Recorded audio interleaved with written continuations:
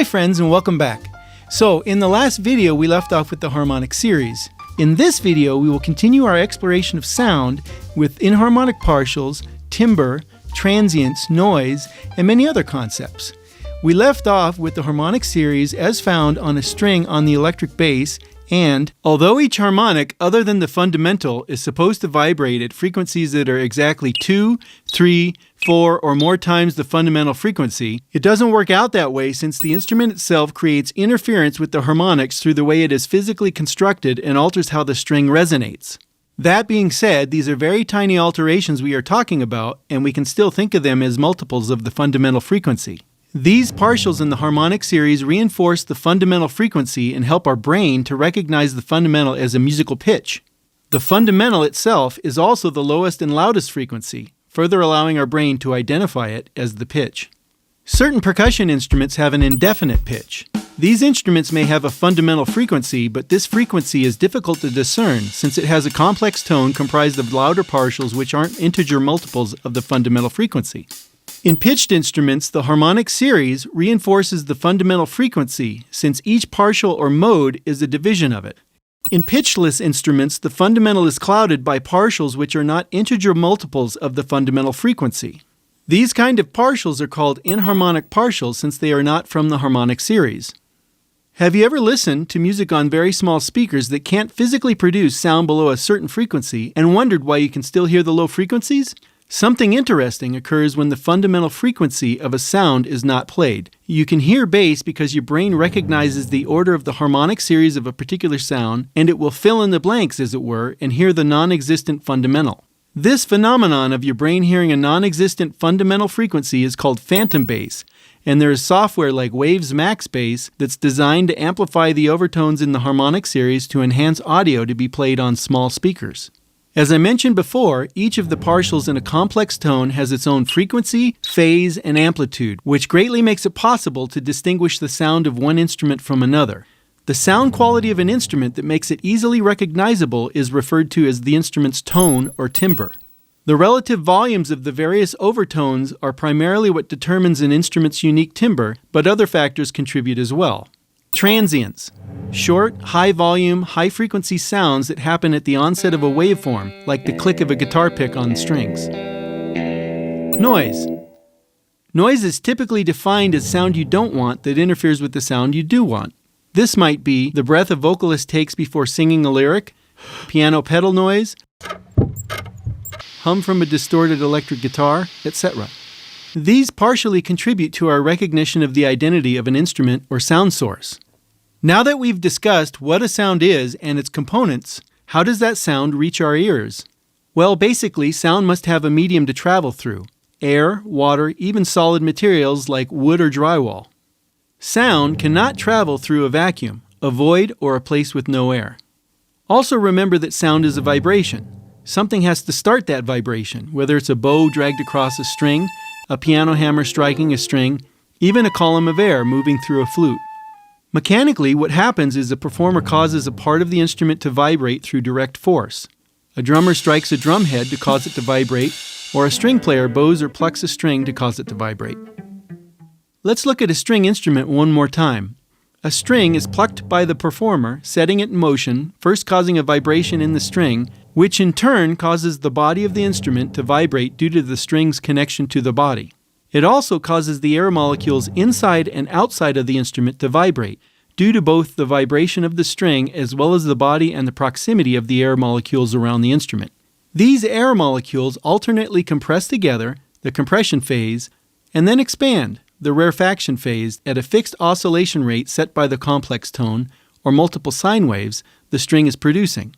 The air molecules on the outside of the instrument vibrate, initially radiating out from the original sound source, the instrument, by compressing and expanding onto adjacent air molecules and sending those vibrations, or sound waves, through the air, and continuing to pass on this oscillation pattern to adjacent air molecules until it finally reaches the basilar membrane in your ear and your brain interprets the sound. So what we perceive as sound is actually air molecule oscillation patterns originating from a source, transmitted through the air, and eventually pushing against our eardrums. This oscillation pattern is what our brain interprets as sound, not the air molecules. In fact, these air molecules don't actually move much since they experience a temporary displacement from the compression and rarefaction phase as the sound wave affects them, but they eventually return back to where they started before the sound wave hit them, kind of like a zero crossing. In other words, the air molecules don't travel with the sound wave, they only transfer its vibrations. You can think of sound waves in the same manner as waves in a pond. If I drop a pebble in the water, I initiate a vibration which causes waves to radiate out in all directions from the source of the vibration, the pebble. Notice the compression, wave above the plane of the surface, and rarefaction, wave below the plane of the surface, phases. If this was air we were looking at, and we were able to measure the different phases, you would see an increase in air pressure during the compression phase and a decrease in air pressure during the rarefaction phase. Now, if I put a floating ball on the pond and repeat this experiment, notice that the waves don't carry the ball much. In fact, it remains pretty close to where it was before the wave hit it. This is essentially how the air molecules behave as well. They transfer the sound wave vibrations but don't travel with the sound wave. Incidentally, sound waves in air radiate in all directions just like the ripples from a pebble dropped in water emanate in all directions, unless there is a rigid force, like the body of a musician, that interrupts it.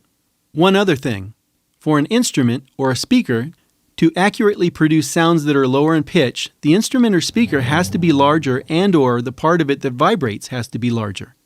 This might mean a longer resonating chamber in a baritone sax, a bigger body and longer string on an acoustic bass, or a bigger cone on a woofer. Lower sounds require a larger resonating body to be able to fully reproduce larger wavelengths. This is why lower sounding instruments are bigger than higher sounding instruments. Think of a violin versus an acoustic bass. The violin produces much higher sounds than the acoustic bass. This is also why a piano is so big. The large resonating chamber is more for the low sounds, not the high ones. Notice the strings on a piano that produce lower sounds are very long and thick, while the higher strings are short and thin. So now let's review the characteristics of sound and start moving from a scientific acoustical physics point of view into a more musical understanding and interpretation of sound. 3 concepts we've already talked about are musical tones. There are 2 types of musical tones, a simple tone, sine wave, and a complex tone, fundamental with partials. In both a sine wave and a complex tone, you have the ability to determine the pitch, or the lowness or highness of a sound. An exception might be percussion instruments that have complex tones with inharmonic partials, but even in this case it is still often possible to determine if one percussion instrument is higher than another. To be clear, a musical tone doesn't always indicate which exact pitch is being played.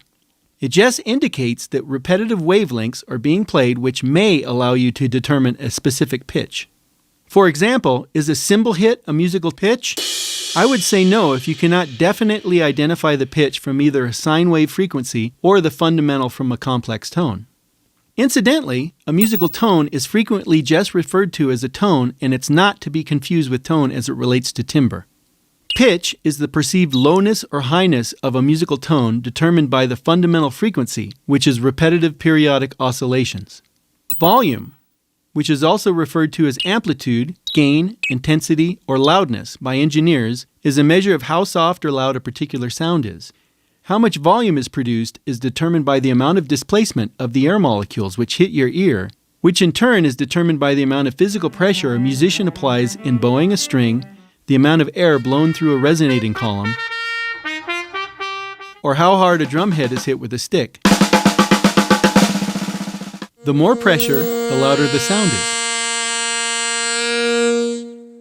Musicians use dynamic markings to specify volume levels. Italian words such as pianissimo, which means very soft, forte, loud, and sforzando, forced, are abbreviated to PP, F, and SFZ, respectively, and are used to specify volume levels or volume changes. These dynamic markings are somewhat relative and subjective, as you might expect when dealing with humans playing instruments. Timbre, which is also referred to as the tone or color of a particular sound or instrument. Tone, in this instance, is a reference to the particular unique quality of a sound or instrument, not a musical tone, which is characterized by repetitive periodic oscillations that may define a particular pitch. Do not confuse the two. Thanks for watching the video. Be sure to like and comment below, and don't forget to hit the subscribe button. If you like the music at the beginning and here, it's from Tony Guerrero's Blue Room, which can be found at this link.